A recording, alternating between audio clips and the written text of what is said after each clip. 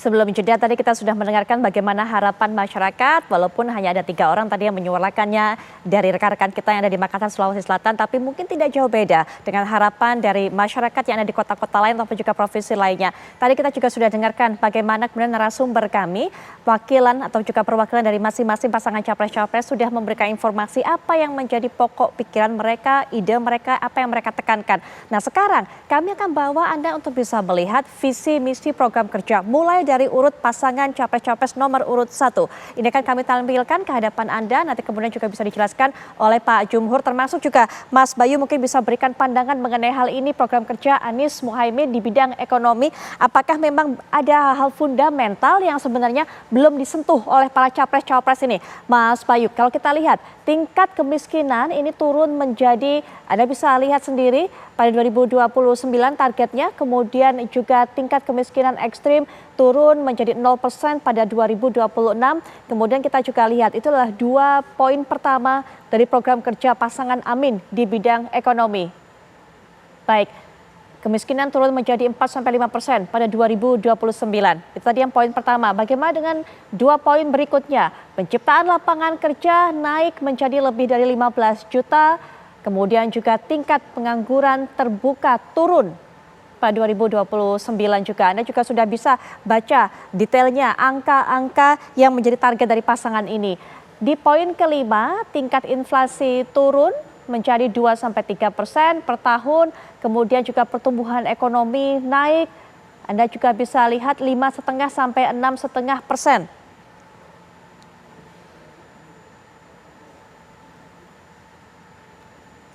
Ya, total ada 10 poin program kerja dari pasangan Amin ini. Kemudian yang ketujuh, rasio pekerja sektor informal terhadap total pekerja turun menjadi 50% pada 2029.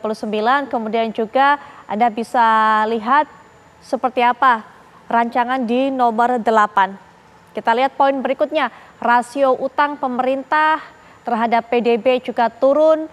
Kemudian juga tax ratio naik.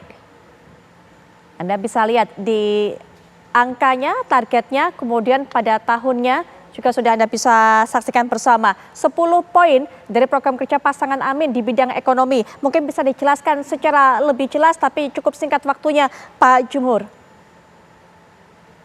Ini karena topiknya dengan kesejahteraan ya, pertama buruh ya. Yang pertama adalah bahwa 15 juta penyerapan kerja itu diantaranya adalah dengan memastikan kita tidak boleh kecanduan impor. Karena kecanduan impor itu artinya menutup industri nasional dalam negeri. Itu yang pertama. Jadi itu banyak barang-barang yang sebetulnya sudah sangat-sangat bisa dibuat oleh kita, tapi kemudian kita impor. Itu salah satu yang paling penting. Nah kemudian juga dengan adanya tingkat pendapatan buruh yang cukup, maka itu akan menghidupkan sektor UMKM. Sekarang ini sektor UMKM itu tenggelam karena daya beli masyarakat rendah. Dengan rendahnya upah buruh, maka UMKM itu berantakan semua. Anda bisa cek tukang gorengan, tukang bakso, tukang apa, itu semuanya pada turun karena memang daya beli masyarakat rendah. Nah itu dengan upah yang cukup, dan sekali lagi upah atau masalah perburuan ini bukan masalah yang sangat fundamental untuk larinya investor, sangat keliru itu. Kalau dalam urutan-urutan itu udah urutan ke-11 gitu, dari masalah-masalah yang harus diselesaikan oleh bangsa ini, dan salah satunya masalah perburuan itu di urutan ke-11. Jadi sebenarnya sangat sumir lah begitu ya kalau kita mengadreskan kesalahan itu pada gerakan buruh. Nah jadi saya rasa itu salah satu penyebab. Dan kemudian pertumbuhan ekonomi itu nonsen akan bisa tinggi tanpa adanya belanja masyarakat yang cukup. Apa? Karena sumbangan dari belanja masyarakat itulah yang menyebabkan 57% sumbangannya terhadap pertumbuhan ekonomi. Jadi kalau duit tidak beredar, tidak ada orang belanja, udah pasti jeblok pertumbuhan ekonomi. Dan ini terbukti. Ya mohon maaf, itu selama sebelum periodenya Pak Jokowi itu pertumbuhan rata-rata 5,75% pertumbuhan ekonomi.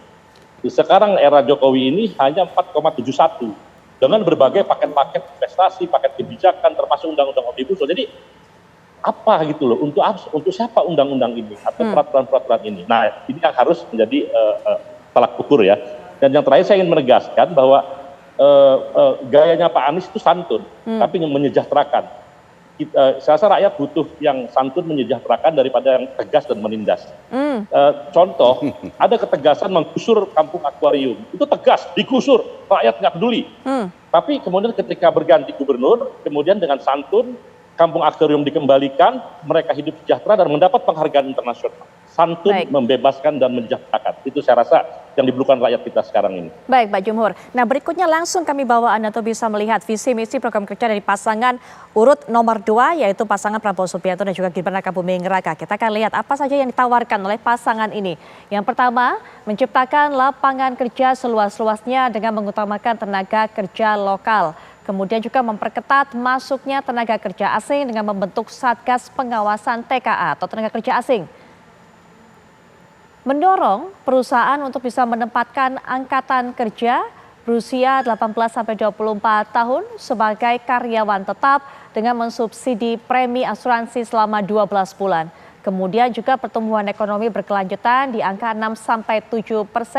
Kemudian itu dari 4 poin pertama, kita akan langsung saja melihat 2 poin berikutnya, poin 5 dan ke-6, meluncurkan kartu usaha startup untuk pengembangan bisnis, kemudian juga mendorong pertumbuhan usaha rintisan berbasis inovasi digital untuk membuka lapangan kerja baru. 2 yang terakhir, melanjutkan pemerataan ekonomi, penguatan UMKM, kemudian juga, nah ini dia, dan Ibu Kota Negara Nusantara atau IKN. Kemudian juga melindungi dan merevitalisasi pasar tradisional dan menjaga ekosistem pasar rakyat. Ada bantuan kepada startup, ada juga IKN kemudian disebut-sebut di sana, Bang Ferry. Iya, kalau itu dia, tenaga kerja terdiri dari yang formal di industri dan yang informal. Data sektor informalnya kita yang di lapangan pekerjaan di sektor pertanian, kehutanan, perkebunan, dan nelayan, perikanan, dan lain sebagainya, itu menempati jumlah yang relatif sangat besar dan relatif juga itu kurang terperhatikan. Oleh karena itu, sebenarnya Pak Prabowo dan Mas Gibran ingin supaya ada integrasi antara perluasan kesempatan kerja, kemudian juga penciptaan kualitas melalui pendidikan dan pelatihan, perlindungan hukum dan sosial bagi tenaga kerja kita, itu juga sampai kepada sektor tenaga kerja yang bekerja di sektor-sektor yang tadi saya sebutkan tadi. Petani misalkan, kan memperluas kesempatan kerja seperti apa yang disampaikan oleh Pak Prabowo dengan program memberikan makan dan susu gratis. Itu artinya langsung dalam waktu yang relatif cepat dengan dukungan dari pemerintah, sekiranya insya Allah Pak Prabowo jadi presiden dan Mas Gibran jadi wakil presiden, itu akan ada industri peternakan susu sapi perah yang ada di mana-mana. Kemudian dalam pokok-pokok pikiran Pak Prabowo dan Mas Gibran, kita membunyikan kembali tentang ekonomi Pancasila, di mana kita ingin mendorong supaya badan usaha swasta, badan usaha koperasi, dan badan usaha milik negara itu kita dorong supaya memiliki porsi yang sama. Nah, integrasi yang tadi dengan pasar rakyat dan ekosistem rakyat itu adalah pengetahuan, pengalaman dari Pak Prabowo dengan dukungan dari pikiran anak muda dari Mas Gibran yang akan melengkapi bagaimana supaya pasar-pasar tradisional, kemudian peran-peran koperasi itu bisa didorong kembali. Kemudian contoh KUD, Koperasi Unit Desa juga disampaikan oleh Pak Prabowo dalam pokok-pokok pikirannya untuk menjadi tempat mereka menampung hasil produksi tanaman pangan, hortikultura, perkebunan, perikanan, dan lain sebagainya yang ada di wilayah-wilayah pedesaan, dan juga menjadi sarana untuk pendistribusian benih, pupuk, pestisida, alat-alat mesin pertanian, dan lain sebagainya yang diharapkan itu nanti akan membentuk sebuah ekosistem yang akan menguatkan juga nanti pasar tradisional. Dan kalau wilayah pedesaan akan terjadi pertumbuhan ekonomi dengan cara yang seperti itu, diharapkan tidak ada lagi atau kita mengurangi angkatan kerja yang tidak tertampung di wilayah pedesaan karena matinya sektor-sektor perikanan, pertanian, perkebunan, dan lain-lain itu yang kan sebenarnya menyebabkan banyak tenaga kerja kita yang lari ke perkotaan untuk menjadi buruh pekerja di sektor industri Ya, dengan oke, baik. kualifikasi yang relatif sebenarnya kurang cukup tinggi, dan oleh karena itu sebenarnya harus ada kaitan dengan antara sektor industri, soal pengupahan dan lain sebagainya ya, yang selama ini kita bicarakan, tapi juga jangan melupakan tentang isu besar tenaga kerja yang ada di sektor yang informal yang Baik. sebenarnya notabene juga jumlahnya besar dan relatif mereka kurang terperhatikan. Nah, Ya.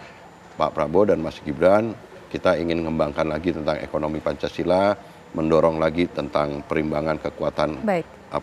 usaha, badan usaha swasta, koperasi dan BUMN untuk kita integrasikan pedesaan, perkotaan, dan dengan itu kita harapkan dengan tingkat pertumbuhan 6%, 7% itu menjadi sesuatu yang tidak mustahil untuk kita capai dalam waktu yang Oke. tidak terlalu lama, dan kalau itu terjadi ya tinggal kita tingkatkan kualifikasi melalui pendidikan. Soal pengupahan kita juga dorong pemerintah untuk memfasilitasi tripartit, bipartit antara pengusaha baik, Bang. dengan buruh, tripartit pemerintah dengan buruh dan sektor swasta, dan diharapkan ya itulah nanti bisa kita sempurnakan Oke. hal-hal yang belum sempurna. Tapi secara tadi saya sependapat dengan Mas Wahyu ya tadi ya.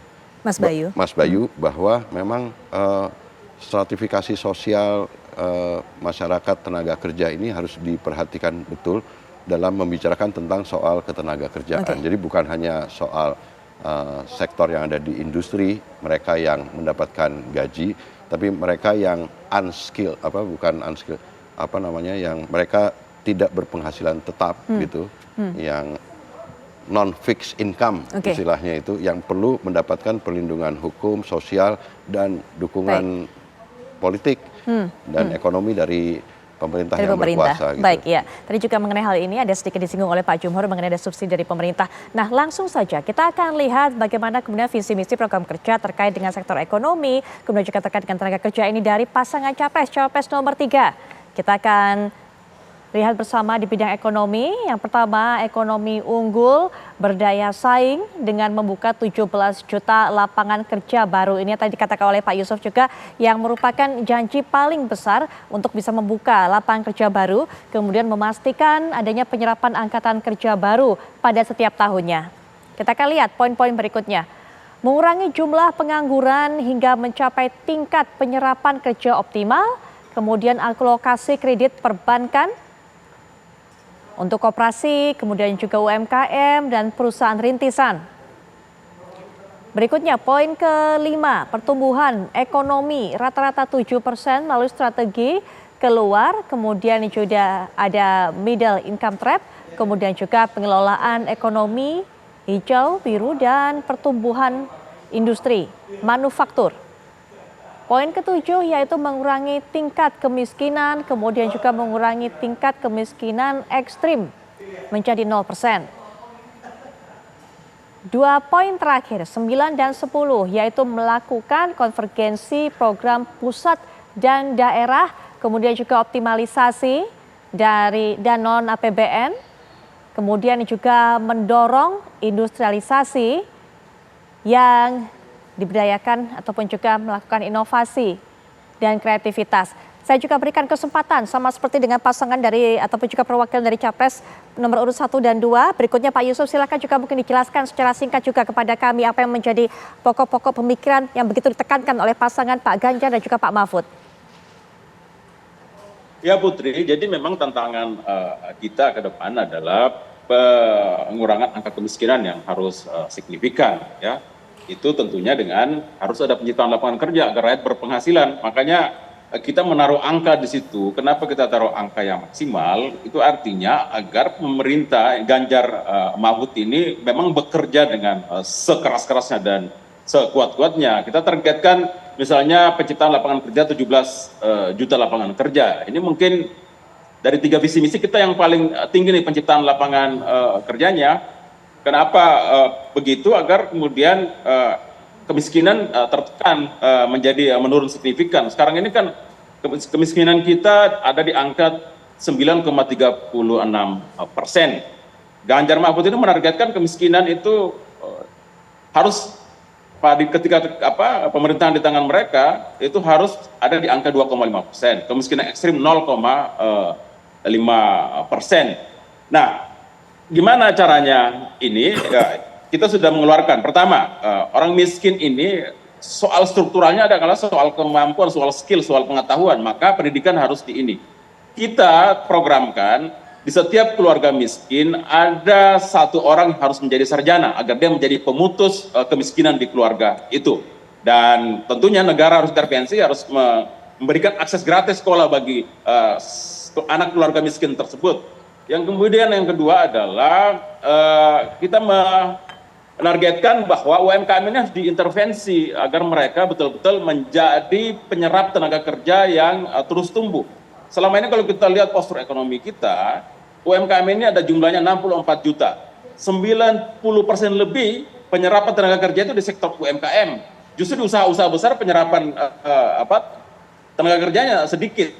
Tapi UMKM itu ada 90% penyerapan tenaga kerja kita ada di sana. Maka negara harus terus menumbuhkan UMKM, ya, memberi akses izin yang mudah, akses pemodalan. Makanya kita targetnya perbankan itu paling tidak 35% kredit itu harus diberikan kepada koperasi, UMKM, usaha rintisan dan usaha-usaha anak muda yang ingin membangun usaha baru. Nah, kemudian pertumbuhan ekonomi ini harus 7%, karena seperti saya bilang tadi, setiap 1% pertumbuhan ekonomi itu kan bisa menyerap tenaga kerja 400 sampai 500 ribu. Kalau pertumbuhan ekonomi kita seperti saat ini hanya di angka 5%, maka tentu kita tidak akan bisa keluar dari jebakan pendapatan menengah tersebut. Sementara kita kan tahun 2045 menuju Indonesia Emas menjadi negara maju, bahkan targetnya sangat ambisius, menjadi 5 atau 4 negara maju ekonominya di tingkatan global.